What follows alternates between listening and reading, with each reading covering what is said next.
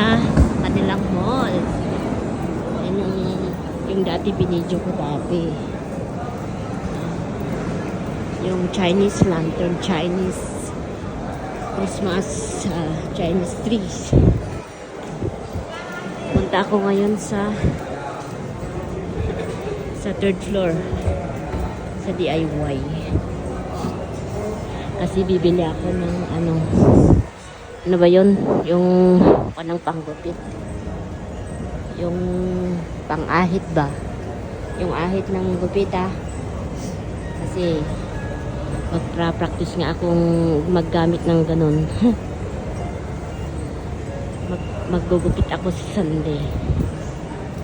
Ayan, bibili ako nun, tsaka yung ano, yung wire na pang dus-dus ko sa ano, sa ano ba yun, hindi sa sink ng ano, kusina.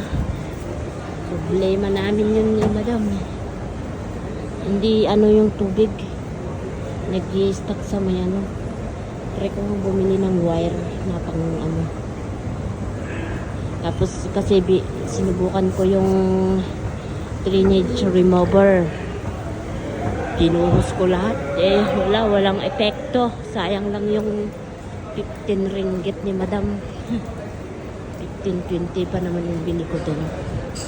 Ang boses ko kasi nga may sipon ako.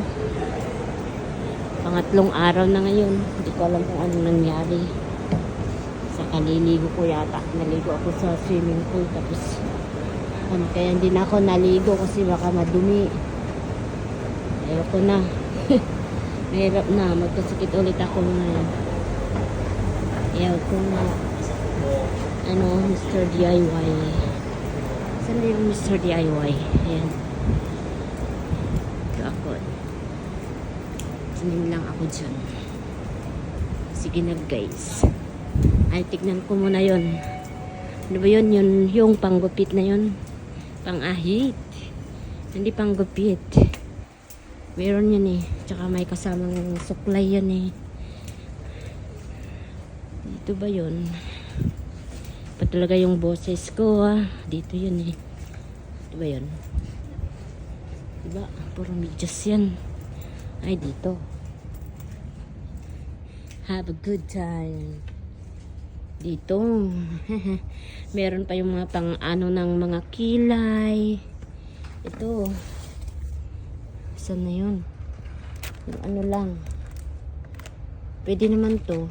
Yung mga pang ano ng kilay. Pero, saan na yung kwan? Wala ba yun? Yung malaki.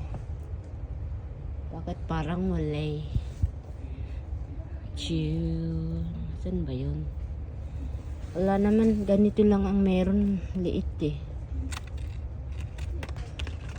Yung kwan sana. Ito ba yun? Eyebrow knife? Hindi Hindi eyebrow knife. Wala. Yung panggupit naman to.